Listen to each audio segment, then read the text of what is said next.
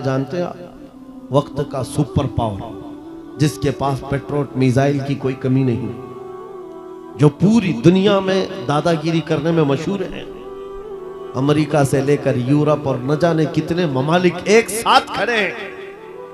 क्या कभी आप ये नहीं सोचते, हमारी आंखें तो बहती हैं, दर्द तो होता है, तकलीफ तो होती है, लेकिन प्राउड फील भी होता है कि इतने सारे कुत्ते अगर भौंक रहे हैं तो एक छोटे से इलाके के लिए महीने भर 40 दिन से जंग करके तबाह कर डाला, बम बारूद से पूरे शहर को राख कर डाला। लेकिन मेरे अजीजों, मेरी इस गुफ्तगू को याद रखना, चंद दिन आएंगे फिर देखना आप उन्हीं गज्जा के बच्चों के हाथों में परचम इस्लाम लहराता हुआ देखेंगे, और उन जालिमों के आंखों से आंखें मिलाकर बात करने वाले जवानों को पूरी दुनिया आलोचना कर रही है, तनकीद कर रही है, ये बच्चों के कातिल हैं। एक नुक्ते की बात अर्ज कर रहा हूं, हॉस्पिटल पर बम गिरा देते हैं। आपको पता है फिलिस्तीन में अभी तकरीबन 8000 बच्चे मारे गए, जिनकी उम्र 6 महीने, साल भर, 2 साल, 4 साल, 5 साल। बच्चों को कोई भी निजाम से ताल्लुक रखने वाला हो, रहम की नजर से देखता, किसी भी धर्म वाला हो, लेकिन ये जालिम क्यों बच्चों को मार रहे हैं पता है? वजह सिर्फ ये है, वो खौफ सता रहा है जो इकबाल ने 100 साल पहले कहा था, सुना है कुदसियों से मैंने कि वो शेर फिर होशियार होगा। इकबाल ने कहा था, सुना है कुदसियों से मैंने कि वो शेर फिर होशियार होगा। कौन सा शेर? निकल करके सहरा से जिसने उलट दिया था तख्ते रोमा को, वो शेर फिर होशियार होगा।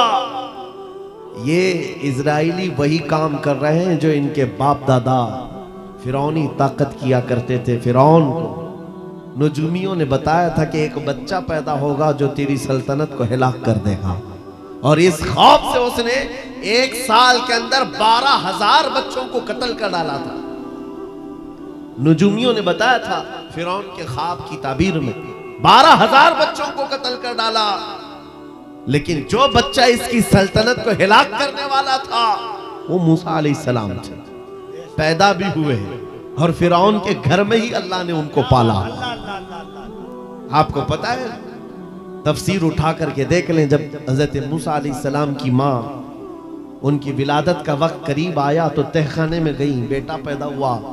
हालात ऐसे थे कि फिरौन जो भी बच्चा पैदा होता ज़बह कर देता था। कुरान में आया, युज़ब्बिहून अब्नाअहुम व यस्तहयून निसाअहुम, लड़की पैदा होती तो जिंदा छोड़ देते थे, बेटा पैदा होता तो ज़बह कर देते थे। अब मूसा अलैहिस्सलाम जब पैदा हुए तो क्या किया? खुदा की तकदीर और उसकी हिकमत के फैसले आपको मैं बता रहा हूँ, तफसीर से ताल्लुक रखने वाली बात। अल्लाह ताला ने मूसा अलैहिस्सलाम की माँ के दिल में ये बात डाला कि एक लकड़ी के संदूक में इनको रख करके दरिया में बहा दो। रबतना अला कुल्ब, अल्लाह ताला फरमाता है कि हमने उनके दिल को बांध दिया, मजबूत किया। किसको? हजरत मूसा की माँ को। उन्होंने एक संदूक में मूसा अलैहिस्सलाम को रखा और दरिया में बहा दिया। मूसा अलैहिस्सलाम की बड़ी बहन बहते हुए संदूक का पीछा करते हुए जा रही थी, देख रही थी कहाँ गया है संदूक। सीधे फिरौन के बागीचे के किनारे जाकर लग गए। फिरौन की औलाद नहीं थी, फिरौन की बीवी वो बागीचे में टहलने आई थी, देखा एक संदूक आकर लगा है, गुलाब जैसा हसीन बच्चा है, उठा लिया, प्यार किया और लेकर के आई। फिरौन से कहने लगी कि हम इसको अपना बेटा क्यों ना बना ले। पहले फिरौन तो डरा कि कहीं वो मेरी सल्तनत को हिलाक करने वाला बच्चा ये तो नहीं है। बीवी ने कहा, कैसी बात करते हो, ये तो दरिया से बहकर के आया है, तुम्हें पता नहीं मौला कहां से बहाकर तुम्हारी हिलाकत को लाए। तुम्हारी हिलाकत कहां से आएगी तुम्हें अंदाजा भी नहीं है। सुनो मेरी बात को। फिरौन ने बीवी की बात मान ली। मूसा अलैहिस्सलाम की परवरिश फिरौन के घर में हो रही है, फिरौन के घर में, और वो भी किस शान से। मूसा अलैहिस्सलाम पैदाइशी बच्चे हैं, दूध पिलाने की बात आई तो किसी दाया का दूध आप पकड़ते नहीं। मूसा अलैहिस्सलाम की बहन भी वहां खड़ी सब देख रही थी। फिरौन की बीवी से कहा, मैं एक दाया को जानती हूं जिसका दूध हर बच्चा पकड़ लेता है। कहा बुला लाओ, हम शाही खजाने से उसे इनाम भी देंगे। वो गई और अपनी माँ को ले आई, अपनी माँ को ले आई। मूसा अलैहिस्सलाम अपनी माँ के गोद में गए, जैसे ही सीने से लगाया दूध पीने लग गए। बादशाहत में खुशी, और मूसा अलैहिस्सलाम की माँ को इनाम और इकराम भी दिया गया। हर बच्चे की परवरिश के लिए मूसा अलैहिस्सलाम की माँ को फिरौन के घर में रखा गया। तुम्हें पता है रब तबारक व तआला की हिकमत के फैसले, वमकरू वमकरल्लाह वल्लाहु खैरुल माकिरीन। मेरा रब फरमाता है काफिर मंसूबा बनाते हैं और अल्लाह खुफिया तदबीर करता है, और रब की खुफिया तदबीर गालिब आती है। मूसा अलैहिस्सलाम जवान हुए फिरौन के घर में, फिरौन के घर में जवान हुए। उसके बाद फिर आपने जब अपनी नबूवत के बाद दावत हक पेश की तो फिरौन जानी दुश्मन हुआ। उसके बाद जो हालात हुए आपको पता है। फिरौन मूसा अलैहिस्सलाम को मारने के लिए पूरी फौज लेकर पीछे निकला। मूसा अलैहिस्सलाम समंदर में चल करके आगे गए, रास्ते आपके लिए खुल गए। फिरौन भी उसी रास्ते पर आया। अल्लाह फरमाता है कि हमने समंदरों को मिला दिया, गर्क कर दिया फिरौन को। एक छोटी सी तारीख में आपको बता रहा हूं, 12,000 बच्चों का कत्ल किया इस डर से कि मुझे हिलाक करने वाला बच्चा ना पैदा हो। लेकिन जो बच्चा तेरी सल्तनत को हिलाक करने वाला था वो तेरी नाक के नीचे परवरिश पा रहा था। आज इन जालिमों ने गद्दा के हजारों बच्चों को सिर्फ इसलिए मारा है कि ये बड़े होकर के मुजाहिद ना बन जाए, ये बड़े होकर के हमें आंख दिखाने वाले ना बन जाए। और बाज़ाब्ता स्टेटमेंट में ये कहते भी हैं इन बच्चों को कत्ल करने से हमें कोई खौफ नहीं, कोई आपत्ति नहीं है, कोई तकलीफ नहीं है, इसलिए कि बड़े होकर के ये हमें आंख दिखाने वाले बनेंगे। ये डर तुम्हारा बता रहा है। कई हजार बच्चों को भी तुम कत्ल कर लो, लेकिन तुम अल्लाह की उस हिकमत से गाफिल हो। जालिमो, वो अनकरीब पैदा होगा जिसको दुनिया सलाहुद्दीन कहती है, वो अनकरीब होगा। मेरे अजीजों, आज के नौजवानों से मैं ये कहता हूं, तुम्हारे दौर में भी ये डरा सहमा हुआ जो माहौल है लोग बनाने की कोशिश कर रहे हैं, अभी देखना और हालात खराब किए जाएंगे। हमारी हुकूमत आएगी तो मस्जिदों को तोड़ डालेंगे, मदरसों को तोड़ डालेंगे। इन जालिमों को लगता है तुम्हारे सारे बिल्डोजर में ही ताकत है। क्या बात है, सिर्फ ताकत इसी का नाम है। राज मिल जाए, तख्त मिल जाए, उस वक्त कुछ लोगों के ऊपर जुल्म करना आसान है, जिस तरह चंगेज ने भी किया, हलाकू ने भी किया, बड़े बड़े जालिमों ने किया है, और उनका हशर भी तुम्हें मालूम होना चाहिए। इंशाअल्लाह वो वक्त आएगा जब खसो खाशात की तरह तुम बहा दिए जाओगे, अखबारों में तुम्हारा नाम तक ना होगा। और अगर कुछ बाकी रहेगा तो क्या रहेगा? न घबराओ मुसलमानों, अभी खुदा की शान बाकी है, अभी इस्लाम जिंदा है, कुरान बाकी है। ये जालिम काफिर क्या समझते हैं जो रोज हमसे उलझते हैं? अरे अभी करबला का आखिरी मैदान बाकी है। नारे तकबीर, नारे रिसालत, मुहाफिज़े नामूसे रिसालत, मसलके आला हजरत। नौजवानों, इस यकीन के साथ और ईमान के साथ अपनी जिंदगी को आगे बढ़ाओ। खुदारा मैं तुमसे कहता हूं, अगले दिनों के बाद जब तुम्हारे इम्तिहान का वक्त आएगा, हर उस्ताद अपने बच्चे को इम्तिहान की तैयारी करा रहा होता है। बेटा सवालात ऐसे आएंगे, टाइम इतना होगा, स्क्वाड भी होंगे, चेक करने वाले एग्जाम हॉल में बार बार आएंगे, तुम्हें देखेंगे। उस वक्त तुम खौफ से अपने हाथ में कपकपी नहीं पैदा करना, दिल को जमाना और अपना इम्तिहान मुकम्मल करना। यह हर उस्ताद अपने बच्चों को तरकीन करता रहता है। अज़ीज़ान गिरामी वक़ार, इस मिंबर नूर से मैं आपको इस बात की तलकीन करके जाता हूँ, इम्तिहान की घड़ी अनकरीब आने वाली है आपके साथ भी। और जो इम्तिहान तुम्हारा होगा वो इस्तिकामत का इम्तिहान होगा, तुम्हारे ईमान पर जमे रहने का, तुम्हारे डटे रहने का इम्तिहान होगा।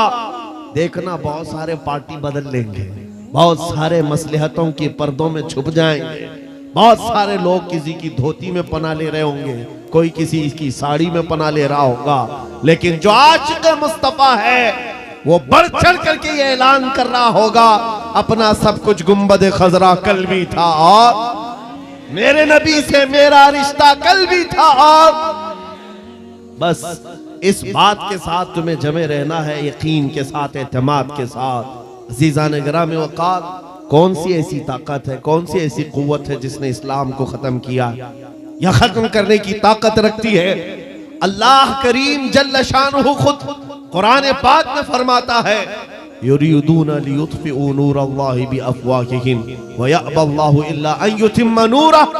अल्लाह फरमाता है ये जालिम अपने मुंह के फूंकों से इस्लाम के चिराग को बुझाना चाहते हैं और अल्लाह तबारक व तआला इस चिराग को मुकम्मल करके रहेगा। दीन इस्लाम, अभी आप सुन रहे थे, इस्लाम था, इस्लाम है, इसके साथ कुछ नहीं होना है, आपका इम्तिहान होना है। हमारे मरने के बाद अल्लाह ताला इस दीन की हिफाजत के लिए औरों को पैदा करेगा। वो कादिर मुतलक चाहे तो सख्त जानी दुश्मनों से भी ईमान वाले पैदा कर सकता है। हाँ, ये बात याद रखिए आप। ततारी जिन्होंने बगदाद को हिलाक करके रखा था, रब तबारक व तआला ने उन्हीं के सीनों में ईमान की दौलत दी और वो मुहाफिज़े इस्लाम बन गए। हमारे दौर में भी जितने आतंक मचा रहे हैं, कल इनके बच्चे ये नारा लगाएंगे, इस्लाम था, इस्लाम है, इस्लाम रहेगा। हाँ, जितने आतंकवादी हैं सब नारा लगाएंगे इंशाअल्लाह। आप इंतजार करें इस बात का, लेकिन तुम अपने इम्तिहान में जमे रहो, डटे रहो। अगर तुमने नबी पाक सल्लल्लाहु अलैहि वसल्लम के इस दीन के साथ, इस शरीयत के साथ नाइंसाफी की तो कल मेरे आका को क्या जवाब दोगे? कल मैदान क़यामत में तुम्हें खड़े होना है, हुजूर पाक सल्लल्लाहु तआला अलैहि वसल्लम की बारगाह में जवाब देना है।